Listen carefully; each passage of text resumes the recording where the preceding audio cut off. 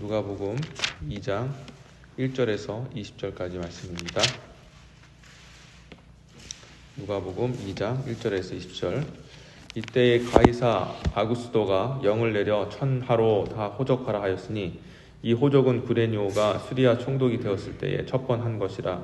모든 사람이 호적하러 각각 고향으로 돌아가매 요셉도 다윗의 집 족속인 고로 갈릴리 나사렛 동네에서 유대를 향하여 베들레헴이라 하는 다윗의 동네로 그 정혼한 마리아와 함께 호적하러 올라가니 마리아가 이미 잉태되었더라. 거기 있을 때 그때에 해산할 날이 차서 맏아들을 낳아 강보로 싸서 구유에 뉘었으니 이는 사관에 있을 곳이 없음이로라. 그 지경에 목자들이 밖에서 밤에 자기 양떼를 지키었더니 주의 사자가 곁에 서고 주의 영광이 저를 두루 비치매 크게 무서워하는지라. 천사가 이르되 무서워 말라. 보라, 내가 온 백성에게 미칠 큰 기쁨의 소식을 너에게 전하노라. 오늘날 다윗의 동네에 너희를 위하여 구주가 나셨으니 곧 그리스도 주시니라. 너희가 가서 강보에 사여 구유에 누인 아기를 보리니 이것이 너희에게 표적이라 하더니 호련히 허다한 천군이 그 천사와 함께 있어 하나님을 찬송하여 가로되 지극히 높은 곳에서는 하나님께 영광이요 땅에서는 기뻐하심을 입은 사람들 중에 평화롭다 하시니라. 천사들이 떠나 하늘로 올라가니 목자가 서로 말하되 이제 베들레헴까지 가서 주께서 우리에게 알리신 바 이루신 일을 보자 하고 빨리 가서 마리아와 요셉과 구유에 누인 아기를 찾아서 보고 천사가 자기들에게 아기에게 대하여 말한 것을 고하니 듣는 자가 목자의 말하는 일을 기이 여기되 마리아는 이 모든 말을 마음에 지켜 생각하니라. 목자가 자기들에게 이른 바와 같이 듣고 본 그 모든 것을 인하여 하나님께 영광을 돌리고 찬송하며 돌아가니라. 아멘. 자, 오늘은 하나님의 영광, 우리의 평화라는 제목으로 말씀을 전하겠습니다. 자, 오늘부터 누가복음 말씀으로 다시 은혜 나누겠습니다. 오늘 본문에 예수님의 탄생에 대한 말씀이 있습니다. 로마의 이 새 황제가 가이사 아구스도라는 그런 왕이 세워졌습니다. 그래서 이 왕이 세워지자마자 전국으로 자기의 다스리고 있는 모든 나라에게 이제 호적하라라고 얘기를 했습니다. 호적한다라는 것은 이제 자기 명부를 이제 등록하고 백성의 숫자가 얼마인가 확인하는 과정인데 여러 가지 이유가 있지만 크게 대표적으로 첫 번째는 세금을 징집하기 위한 것이고요. 두 번째로는 군대를 징집하기 위해서라는 것입니다. 자, 그런데 이렇게 한 왕이 세워지고 그리고 또 그 모든 것들이 다 그 왕의 그 주권 아래에서 이루어지는 것처럼 보였지만 실은 이 모든 역사, 가이사 아구스토가 세워지고 또 세금을 징집하고 군대를 징집하기 위해 호적하라 했던 그 모든 역사의 한 순간이 실은 한 사람, 한 주인공을 위해서라는 것이죠. 바로 이 땅에 오실 예수 그리스도 아니겠습니까? 미가서 5장 2절에 보시면은 베들레헴 에브라다야, 너는 유다 족속 중에 작을지라도 이스라엘을 다스릴 자가 내게서 내게로 나올 것이라. 그의 근본은 상고의 태초이니라 라고 그렇게 예수님에 대해서 예수님이 베들레헴에서 태어난다라고 그렇게 예언이 되어 있습니다. 그 당시 예수님의 육체의 아버지였던 요셉이 살던 곳이 나사렛이었습니다. 나사렛에 살다가 이제 새 왕이 이제 등극하자 이제 자기 고향이었던 그 베들레헴으로 이제 돌아가는 그 과정이 있었던 겁니다. 그리고 예수님이 그 베들레헴 그 가는 가운데 그곳에서 태어나지 않았습니까? 그래서 5절 보시면은 마리아가 이미 잉태가 되었다. 그때 베들레헴 나사렛에서 베들레헴으로 가는 그때에 이미 잉태가 되었다라고 이렇게 기록이 되어 있습니다. 얼마나 참 놀랍습니까? 황제가 바뀐 것, 그것도 정말 어떻게 이런 일이 일어날 수 있을까 하고 모두가 놀랐는데 그 황제가 이제 정치적인 것들을 이렇게 결정하여서 호적하라 하는 그때에 마리아는 잉태가 되었고 물론 성령이 이제 잉태한 거겠죠. 잉태하게 하여서 그래서 베들레헴을 마침 딱 도착하는 그때에 출산하도록 그렇게 하나님 예비해 두셨다는 겁니다. 그러니까 우리가 이 짧은 이 장면을 통해서 우리 하나님은 예수 그리스도를 위하여 모든 역사를 주관하고 계시구나라는 것을 우리가 알 수가 있는 것이죠. 구약도 그렇고요, 신약도 그렇고 또 우리가 살고 있는 이 시대 그리고 앞으로 우리 후대들이 살게 될 미래의 시대에도 똑같습니다. 오직 예수 그리스도가 예수 그리스도가 주인이 되어서 예수 그리스도 중심적으로 세상과 역사가 흘러가게 된다는 것. 그래서 마지막 예수께서 오시는 그날이 바로 예수님이 가장 높임을 받으시고 영광을 받으시는 그날이 된다는 것을 여러분 기억하셔야 합니다. 그래서 우리는 살면서 우리 모든 일들이 다 하나님의 예비하신 가운데 있다는 것, 특히 예수 그리스도의 영광을 위해 예비되어 있다는 것을 기억해야 합니다. 그래서 우리가 복받는 인생을 사는 방법은 이렇게 하나님께서 예수를 위하여서 역사를 주관하시기 때문에 예수를 기쁘시게 하고 예수를 영화롭게 하는 인생을 살면 같이 복을 받게 되는 겁니다. 우리가 큰 파도에 몸을 실지 않습니까? 그 파도 타는 사람들이 막 달려가서 우리는 그 큰 파도를 피하지만 이 서퍼라고 하는 이 사람들은 오히려 큰 파도를 맞아서 그것을 올라타잖아요. 그러면 멋있게 그 서핑을 하면서 그렇게 그 파도를 즐기는 모습들을 보게 되는 겁니다. 우리 역사도 마찬가지예요. 우리 예수 그리스도 중심으로 예수 그리스도를 위하여 이 역사가 움직이고 있게 우리가 예수 기뻐하시는 일, 예수의 이름 높이는 일, 예수님을 증거하는 삶을 살면 하나님이 복을 쏟아 부어주신다라는 것을 반드시 기억하시길 여러분 축원합니다. 그런 인생이 승리하는 인생이 되는 거예요. 다른 어떤 것으로 승리하는 게 아니라 예수님을 위해 살아가는 인생이 바로 복된 인생이다라는 것을 알 수가 있습니다. 자, 이렇게 예언된 대로 예수님께서는 베들레헴 마국간에서 태어났습니다. 그리고 구유에 누이시게 되었죠. 자, 그때에 밖에 목자들이 있었는데 이 목자들에게 이 천군 천사들이 나타나서 하나님을 찬양하지 않습니까? 10절과 14절의 내용입니다. 제가 읽어보겠습니다. 이렇게 기록이 되어 있습니다. 천사가 이르되 무서워 말라. 보라, 내가 온 백성에게 미칠 큰 기쁨의 소식을 너에게 전하노라. 오늘날 다윗의 동네에 너희를 위하여 구주가 나셨으니 곧 그리스도 주시니라. 너희가 가서 강보에 써여 구유에 누인 아기를 보리니 이것이 너에게 표적이라 하더니 호련히 허다한 천군이 그 천사와 함께 있어 하나님을 찬송하여 가로되 지극히 높은 곳에서는 하나님께 영광이요 땅에서는 기뻐하심을 입은 사람들 중에 평화로다 하니라. 아멘. 자, 천사가 뭐라고 얘기했냐면 온 백성이 미칠 큰 기쁨의 소식을 너에게 전하노라 라고 이야기하고 있어요. 예수가 이 땅에 오신 것이 온 백성에게 미칠 큰 기쁨의 소식이다 라고 하였어요. 그럼 뭐가 기쁘냐? 요즘 기쁜 일이 없는데 무슨 기쁜 일이 있습니까? 라고 얘기할지 모르겠지만 진짜 기쁜 일은 무엇이냐? 우리가 언제 기뻐합니까? 우리 삶의 모든 문제가 해결되어질 때, 우리가 바라던 것이 이루어질 때 기뻐하잖아요. 그렇죠? 자, 그러면 우리가 알지 못하는 우리의 그 해결해야 될 가장 큰 문제가 무엇입니까? 바로 우리 안에 있는 이 죄의 문제라는 거죠. 왜? 이 죄의 문제가 우리 인생의 모든 근원 문제의 시작이거든요. 많은 분들이 우리 인생에 일어나는 일들은 그냥 팔자가 이래서 이래. 뭐 내가 복이 없어서 그래. 그렇게 생각을 하지만 우리 인간의 이 삶에 이 어려움과 고통이 찾아오고 또 괴로움이 찾아오고 반목이 찾아오고 다툼이 찾아오고 또 막 그렇게 어려움이 찾아오는 이유는 이 세상에 이 죄가 이 땅에 임했기 때문이라는 것입니다. 죄 때문에 그런 거예요. 자, 죄로 인해서 어떤 일이 벌어졌습니까? 하나님과 우리 사이의 그 관계가 가장 친밀하고 연합되어 있었어요. 하나님하고 연합되어 있었다는 것은 영원한 하나님의 생명을 우리가 부여받았다는 것을 의미합니다. 그것은 단지 오래 산다는 것이 아니라 우리 삶 속에 모든 것이 다 풍성하다는 것. 생명 그 자체가 우리와 함께 하시고 우리 안에 있기 때문에 우리는 영원히 살 수 있는 것뿐만 아니라 필요한 모든 하나님께서 주시는 자원들을 누리면서 살 수가 있었습니다. 핍절함이 없었어요. 그래서 오늘날 이 세상에서 나타나는 모든 문제는 다 핍절함 때문 아닙니까? 없으니까 그것도 다투려고 막 그렇게 경쟁하는 거고, 우리 자녀들이 지금 막 왜 이렇게 피 터지게 공부를 하고 있어요? 여러분들이 왜 직장에 나가서 단 몇 불이라도 더 벌기 위해서 오늘도 또 내일도 그렇게 여러분의 모든 걸 다 갈아 넣으십니까?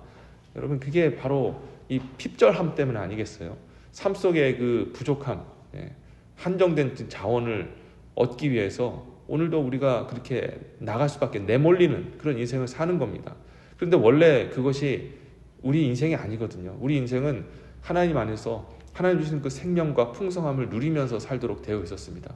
그것은 결국 우리 삶 속에 아무런 걱정과 두려움이 없는 오직 평안과 또 기쁨으로 누리는 삶밖에 우리에게는 없었다는 것입니다.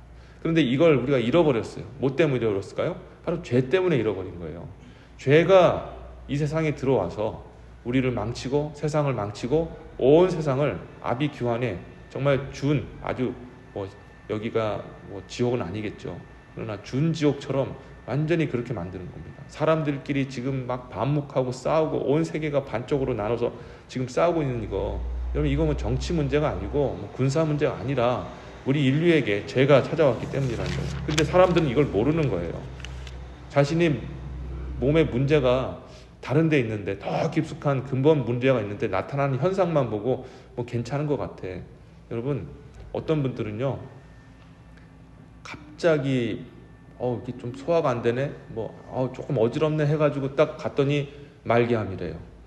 여러분, 그런 일이 어떻게 일어납니까? 일어나는 거예요. 겉으로 드러나는 건 아무것도 없거든요. 사람들은 겉에 별로 문제가 없다고 생각하니까 세상이 이런 거지, 다른 사람들이 태어나서 서로 반목하고 싸우는 건 당연한 거야 이렇게 얘기하지만, 실제 그 문제가 그게 원인이 아니라는 거예요. 다름 때문이 아니라 성향이 틀려서가 아니라 우리 인류 안에, 이 세상 안에 죄가 들어왔기 때문입니다. 그래서 이 죄 문제가 해결이 돼야 된다는 거예요. 근데 그 죄 문제를 누가 해결해 주셨습니까? 우리 힘으로는 도저히 해결할 수가 없어요. 들여다 볼 수도 없고 만질 수도 없고 알 수도 없는 이 죄를 어떻게 해결합니까? 근데 그 죄를 누가 해결해 주셨어요? 바로 하나님의 아들 예수께서 십자가에 달려 죽으심으로 죄를 어깨에 짊어지시고 죄와 함께 십자가 달려 팔 벌려 죽으심으로, 그로 인해서 죄가 십자가에 함께 못 박히고, 그래서 죄가 우리하고 분리가 되었어요. 소망이 생긴 거죠. 완전한 이제 죄의 분리는, 제가 지난 설교에도 말씀드렸지만, 예수님이 오셔서 불족으로 영원한 불못으로 죄와 사망과 사탄과 악의 영들과 불신 영혼들과 그 악한 모든 자들을 이제 심판하실 때 완전한 분리가 일어나지만, 그럼에도 우리는 예수 그리스도를 믿음으로 하면 이 죄에서 벗어나게 되어지는, 그래서 하나님께 주시는 그 복을 우리가 이 땅에서 누릴 수 있는 그런 특권을 누리게 된 줄 믿습니다. 예수님이 그 일을 하시기 위해 이 땅에 오셨어요. 이게 얼마나 큰 기쁨입니까? 정말 이것이 저와 여러분들에게 가장 큰 기쁨이 된다는, 온 인류의 기쁨이 된다는 것을 여러분 감사하시는 저와 여러분 되시기를 축원합니다. 자, 두 번째 14절 보시면, 지극히 높은 곳에서는 하나님께 영광이요 땅에서는 기뻐하심을 입은 사람들 중에 평화로다라고 천군 천사가 찬양하고 있습니다. 지극히 높은 곳에서 하나님께 영광이다 하고 하나님께 영광을 돌립니다. 예수가 이 땅에 오시는 일이 왜 하나님께 영광일까? 물론 그 하나님 말씀에 순종하셔서 예수님이 이 땅에 오셨잖아요. 그 순종 그 자체만으로도 하나님께 영광이 되는 것 아니겠습니까? 그런데 가장 큰 영광은 뭐냐? 바로 이 예수님을 통해서 하나님께서 그토록 바라는 그 하나님 나라의 회복이 이루어지기 때문에 그렇습니다. 우리가 창세기 보시면 하나님께서 모든 만물을 창조하시고 나서 어떻게 외치셨습니까? 그 모든 것을 만드심에 심히 좋았더라. 이 심히 좋았다라는 이 표현이 하나님이 만족하셨다는 것인데, 이것은 하나님의 가장 큰 영광스러움을 이야기하시는 겁니다. 하나님은 그 본성 자체가, 그분 자체가 영광스럽습니다. 보면 우리가 감당할 수 없는 그 영화로움, 정말 존귀함, 말로 형용할 수 없는 그 아름다움들이 있어요. 그런데 그 아름다우신 하나님, 존귀하신 하나님 그분 자체가 가장 큰 기쁨과 즐거움을 누리셨습니다. 그때가 언제일까? 모든 만물을 하나님 손으로 창조하시고 난 다음이었어요. 그래서 이 창조 세계는요, 그냥 만드신 것이 아니라 하나님의 영광을 가장 극대화하기 위해, 하나님이 그 영광을 가장 크게 받으시기 위해서 창조를 하신 겁니다. 거기에 가장 중심에 인간이 있고요. 왜? 하나님의 형상으로 지어진 인간이기 때문에. 얼마나 영광스럽습니까? 하나님의 모양과 형상으로 지음받은 정말 인간, 정말 하나님과 교제하도록, 그래서 하나님을 함께 계속해서 찬양하는 오케스트라의 지휘자처럼 그렇게 하나님께 영광 올려드리는 그런 인간의 모습들 있었는데, 죄로 인해서 다 망가졌잖아요. 그래서 그 하나님의 영광이, 물론 하나님 그분 자체의 영광은 가려지지 않았지만, 그로 인해서 세상이 하나님께 돌릴 그 영광을 돌리지 못하고 이 지경에 이르게 되었다는 것입니다. 그런데 예수님이 이 땅에 오셔서 하신 일이 무엇이냐면, 바로 이렇게 죄를 일단 없이 하여 주시고, 죄에서 우리를 구원해 주시고, 그리고 하나님의 나라를 선포하시면서 조금씩 하나님의 나라를 회복해 가셨지 않습니까? 그리고 그 하나님 나라 회복하는 일을 저와 여러분들에게 맡기시고 오늘날 저와 여러분들이 순종하여서 복음 전하시고 또 세상을 또 하나님의 말씀대로 거룩하게 만드는 일들을 해나가고 있잖아요.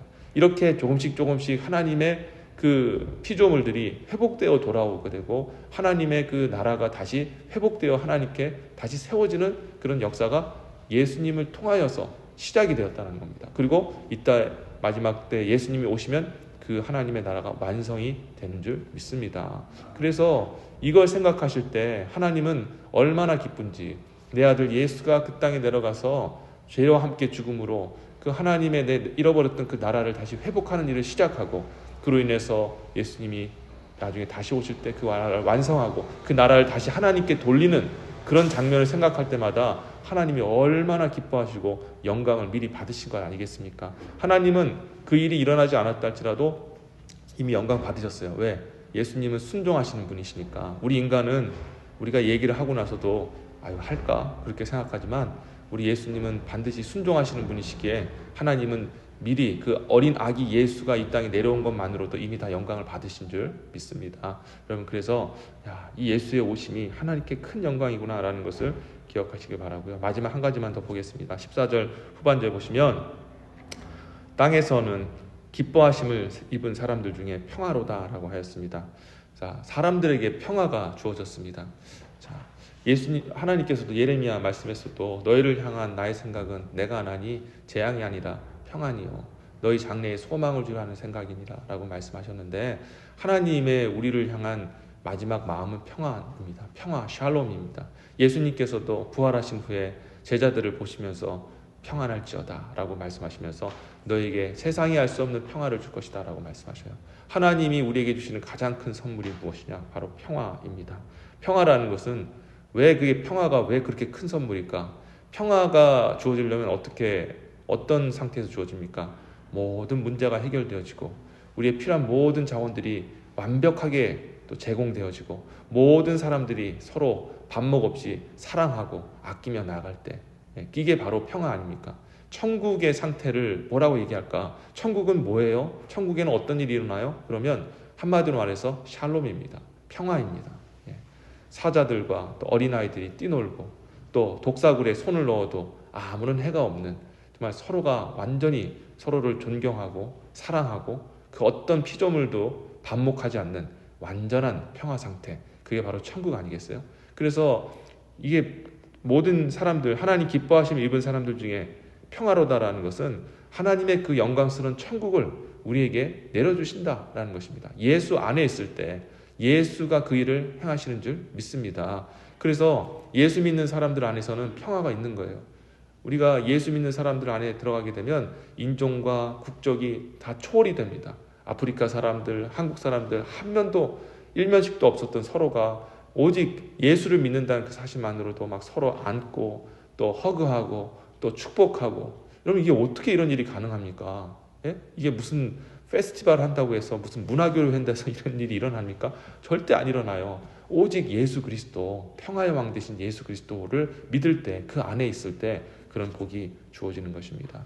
우리 예수님이 우리의 평화이십니다. 오직 소망은 예수 그리스도 밖에 없는 줄 믿습니다. 우리는 그 예수 그리스도를 기대해야 될 줄 믿습니다. 주님 속히 오시옵소서. 평화의 왕 되신 예수님 이 땅의 분란을 종식시켜 주시고 예수님 오셔서 우리 모든 사람들을 변화시켜 주셔서 서로 사랑하게 하시고 평화하게 하시옵소서. 천국을 이 땅에 속히 임하게 하여 주옵소서. 오늘도 그 예수 그리스도 평화의 왕자 되신 예수를 소망하시며 정말 바라시는 저와 여러분 되시기를 주의 이름으로 축원합니다. 네, 기도하겠습니다. 오늘 예수 그리스도의 이 땅에 오심이 얼마나 하나님께 영광이요 우리에게 큰 기쁨이고 우리에게 큰 평화인지를 알게 하셔서 감사드립니다.